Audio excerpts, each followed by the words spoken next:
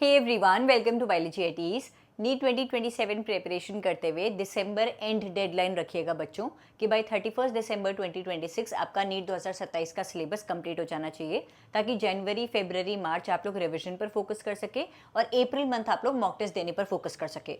कोई बच्चा है जो कि अगस्त मंथ से नीट 2027 की प्रिपरेशन शुरू कर रहा है और वो कह रहा है यार दिसंबर एंड तक तो मेरा सिलेबस कवर नहीं हो पाएगा, तो आप अपने लिए डेडलाइन जनवरी एंड की रख लीजिए। 6 महीने का टाइम सिलेबस कंप्लीशन के दीजिए, फरवरी मार्च में रिवीजन करिए, अप्रैल में मॉक टेस्ट दीजिए। लेकिन वहीं कुछ बच्चे ऐसे भी हैं जिनका ये कहना है कि दी हमारी कोचिंग में तो सिलेबस ही फरवरी एंड तक या फिर मार्च एंड तक कंप्लीट कराया जा रहा है, हमारे पास तो सिर्फ अप्रैल का महीना ही बचेगा रिवीजन प्लस मॉक टेस्ट के लिए, तो हम लोग कैसे टाइम मैनेज करें। अगर आप लोग अपना सिलेबस कंप्लीशन की डेडलाइन फरवरी या मार्च तक रख रहे हो बच्चों, तो एक टारगेट और इंक्लूड कर लीजिएगा कि फरवरी या फिर मार्च जब तक भी आपका सिलेबस कवर होगा, सिलेबस कवर होने के साथ साथ एक बार का आपका उस पूरे सिलेबस का रिवीजन भी हो जाना चाहिए। तो चाहे आप लोगों की कोचिंग में सिलेबस मार्च एंड तक कवर कराया जा रहा है या फिर अगर आप लोग सेल्फ स्टडी के जरिए पढ़ रहे हैं और आप लोगों की टारगेट के अकॉर्डिंग आप लोगों की डेडलाइन जारी है कि मार्च एंड तक मेरा सिलेबस कवर होगा, तो अपने डेली, वीकली, मंथली टारगेट्स कुछ ऐसे सेट करिएगा कि आप लोग टाइम टू टाइम इस बीच रिवीजन भी करते जा रहे हैं। तो मार्च एंड होने तक ना सिर्फ आपका सिलेबस कवर हो जाएगा, कंप्लीट हो जाएगा, बल्कि मार्च से पहले तक आपने जितने भी चैप्टर्स पढ़े होंगे उनका एक बार का रिवीजन भी हो जाएगा, ताकि फिर अप्रैल मंथ में आपका सेकेंड टाइम का रिवीजन हो और मॉक टेस्ट देने पर आप लोग फोकस करें। ऐसे आप लोग अपना स्केड्यूल बनाते हुए नीट 2027 की प्रिपरेशन कर सकते हो बच्चों। अच्छा, आपके नीट के सिलेबस में चाहे फिजिक्स हो, केमिस्ट्री हो, बायोलॉजी हो, कुछ चैप्टर्स ऐसे हैं बच्चों जो कि 1-2 घंटे की पढ़ाई से भी कंप्लीट हो सकते हैं। कुछ चैप्टर्स ऐसे हैं जिनके लिए वन शॉट देखना भी सफिशिएंट रहेगा, लेकिन कुछ चैप्टर्स ऐसे हैं जिनमें कुछ टॉपिक्स इतने ज़्यादा डिफिकल्ट है कि एनसीईआरटी से पढ़कर, रेफरेंस बुक से पढ़कर भी समझ नहीं आते हैं। उसके लिए डिटेल वीडियो लेक्चर्स देखना बहुत ज़्यादा ज़रूरी है। और कुछ चैप्टर्स ऐसे हैं जो कि आपका बहुत ज़्यादा टाइम डिमांड करते हैं और आपको बहुत ज़्यादा टाइम देकर पढ़ना भी पड़ेगा, क्योंकि वो कॉम्प्लेक्स टॉपिक्स हैं, कॉम्प्लेक्स चैप्टर्स हैं और उनकी हाई वेटेज है, तो ज़्यादा से ज़्यादा टाइम देते हुए आप लोगों को उन टॉपिक्स को समझना पड़ेगा।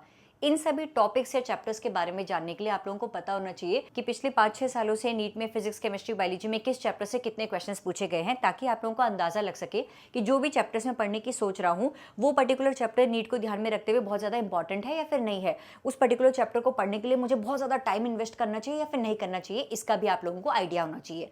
तो नीट की प्रिपरेशन करते हुए स्मार्ट स्ट्रैटेजी में ये चीज़ें बहुत ज़्यादा काउंट होती है बच्चों, कि आप लोगों को ये पता होना चाहिए कि किस पर्टिकुलर चैप्टर में मुझे मेरा कितना टाइम इन्वेस्ट करना है। और उसके लिए मैं आप लोगों को फिजिक्स, केमिस्ट्री, बायोलॉजी का chapter wise trend analysis provide करा रही हूँ बच्चों। पिछले 7 सालों में नीट 2020 से लेकर नीट 2026 इंक्लूडिंग रीनीट 2026 का पेपर, पिछले 7 सालों में आपके नीट के पेपर में हर एक चैप्टर से, तीनों सब्जेक्ट के हर एक चैप्टर से जितने जितने क्वेश्चंस पूछे गए थे, उसके जरिए आप लोगों को पता चल जाएगा कि किस पर्टिकुलर चैप्टर को मुझे ज़्यादा टाइम देना चाहिए या फिर कौन सा पर्टिकुलर चैप्टर ज़्यादा वेटेज कैरी करता है। आप चाहें तो इसी स्लाइड से स्क्रीनशॉट ले सकते हैं, या फिर बच्चों ये पीडीएफ मैं आपको अपने टेलीग्राम चैनल बायोलॉजी एटीज पर प्रोवाइड करा दूंगी। प्लीज़ वहाँ से आप पीडीएफ डाउनलोड करिएगा और चैप्टर वाइज वेटेज को ध्यान में रखते हुए हर एक चैप्टर को कितना टाइम देना सही रहेगा उसके अकॉर्डिंग अपनी प्रिपरेशन करिएगा।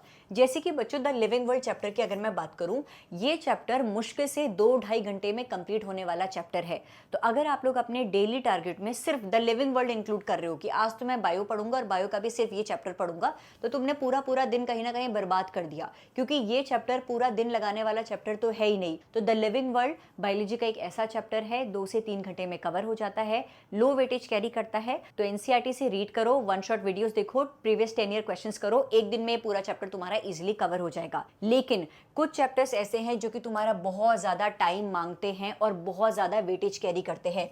Principles of inheritance and variation, molecular basis of inheritance, ये दोनों ऐसे चैप्टर्स हैं जिससे नीट में पिछले 10 सालों में कम से कम 7 से 8 क्वेश्चंस पर चैप्टर तो पूछे जा रहे हैं। तो इन चैप्टर्स के हर एक टॉपिक को अच्छे से समझना तो तुम्हें आना चाहिए मेरी जान, क्योंकि तुम्हारी बायोलॉजी की बहुत ज्यादा वेटेज ये चैप्टर्स कैरी करते हैं। Principles of inheritance and variation, molecular basis of inheritance and evolution, genetics के तीनों जो चैप्टर्स हैं, इनकी जो हाई वेटेज टॉपिक्स है, इनकी डिटेल एक्सप्लेनेटरी वीडियो आप लोग मेरे यूट्यूब चैनल के प्लेलिस्ट सेक्शन में जाकर क्लास 12 जेनेटिक्स एंड एवोल्यूशन नाम से एक प्लेलिस्ट है बच्चों मेरे चैनल पर, उसके जरिए देख सकते हैं। इन तीनों चैप्टर्स की शॉर्ट्स की मैंने चैप्टर वाइज प्लेलिस्ट भी अपलोड करी हुई है, जिसके जरिए आप लोग इन तीनों चैप्टर से मेंशन एनसीईआरटी के हर एक टॉपिक को भी समझ सकते हैं। तो ये वो चैप्टर्स है तुम्हारा जो कि बहुत ज्यादा टाइम मांगते हैं। वहीं प्लांट ग्रोथ एंड डेवलपमेंट एक ऐसा चैप्टर है जिसमें फाइटो हार्मोन्स के फंक्शंस आपको आने चाहिए, और उसको याद करने के लिए ट्रिक वीडियो मैंने अपने चैनल पर अपलोड करी हुई है। आप यूट्यूब पर अगर सर्च करो प्लांट ग्रोथ रेगुलेटर हार्मोन्स, तो आप लोगों को टॉप पर तुम्हारी रेणुका दी गई वीडियो दिख जाएगी। मुश्किल से 10-15 मिनट लेते हुए पूरा चैप्टर सारे फाइटो हार्मोन्स के फंक्शंस मैंने ट्रिक के जरिए तुम्हें समझाए हुए हैं। तो कुछ चैप्टर तुम्हारे ट्रिक्स याद करते हुए ही लर्न हो जाएंगे, लेकिन तुम्हें पता होना चाहिए कि किस चैप्टर को मुझे कितना टाइम देना है, किस चैप्टर को मुझे ट्रिक के जरिए समझना है, कौन से चैप्टर्स हैं जिन पे वन शॉट से काम नहीं चलेगा, मुझे डिटेल लेक्चर्स के जरिए पढ़ना पड़ेगा, कौन से चैप्टर्स ऐसे हैं जिनको मुझे नोट्स बनाने ही पड़ेंगे क्योंकि उसमें बहुत ज़्यादा कॉम्प्लेक्स प्रोसेसेस इन्वॉल्व होंगी। नोट्स तो वैसे हर चैप्टर के तुम्हें बनाने होंगे मेरी जान। डिटेल नोट्स नहीं भी बना रहे हो तो क्विक रिविजन नोट्स जो कि एग्जाम से 1-1.5 हफ्ते पहले तुम्हें फटाफट रिविजन में मदद करेंगे, उसके लिए तो हर एक चैप्टर के तुम्हें नोट्स बनाने ही पड़ेंगे। उसी तरीके से अगर हम लोग केमिस्ट्री की बात करें तो यूनिट्स एंड मेजरमेंट तुम्हारा पहला ही चैप्टर बहुत ज़्यादा वेटेज कैरी करता है। हर साल 2 से 3 क्वेश्चन यहाँ से पूछे ही जाते हैं। Mechanical properties of solids and fluids बहुत ज़्यादा वेटेज कैरी करता है। ऑन एन एवरेज पिछले सालों में 10 से 12 क्वेश्चन यहाँ से पूछे गए हैं बच्चों। इसके अलावा optics, wave optics, ray optics बहुत ज़्यादा इंपॉर्टेंट चैप्टर्स हैं। केमिस्ट्री की अगर मैं बात करूँ, इक्विलिब्रियम और इलेक्ट्रोकेमिस्ट्री नहीं पढ़ा तो तुम कह ही नहीं सकते कि तुम्हारी नीट केमिस्ट्री की प्रिपरेशन अच्छी चल रही है। पी ब्लॉक एलिमेंट्स अभी से पढ़ना शुरू करो, डिटेल नोट्स बनाओ, डिटेल लेक्चर्स देखो, एनसीईआरटी टिप्स पर याद कर लो। पी ब्लॉक एलिमेंट से हर साल ऑन एन एवरेज 3 से 4 क्वेश्चंस पूछे ही जाते हैं। ऑर्गेनिक केमिस्ट्री में अगर तुम लोगों ने basic organic chemistry, general organic chemistry नहीं पढ़ी तो तुम लोग कॉम्प्लेक्स चैप्टर्स को कैसे समझ पाओगे? तो पहले क्लास 11 की ऑर्गेनिक केमिस्ट्री को बहुत ढंग से पढ़ो।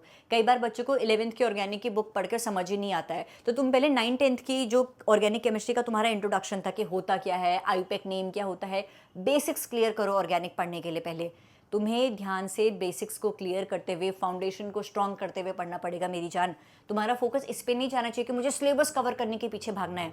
तुम्हारा फोकस पहले इस चीज़ पे जाना चाहिए कि जितना भी सिलेबस कवर करने की मैं सोच रहा हूँ, सपोज तुमने टारगेट करा हुआ है कि नीट का पूरा सिलेबस अगले 7-8 महीने में मुझसे नहीं हो पाएगा, एटलीस्ट 80% सिलेबस तो मैं अच्छे से कवर करूँगा।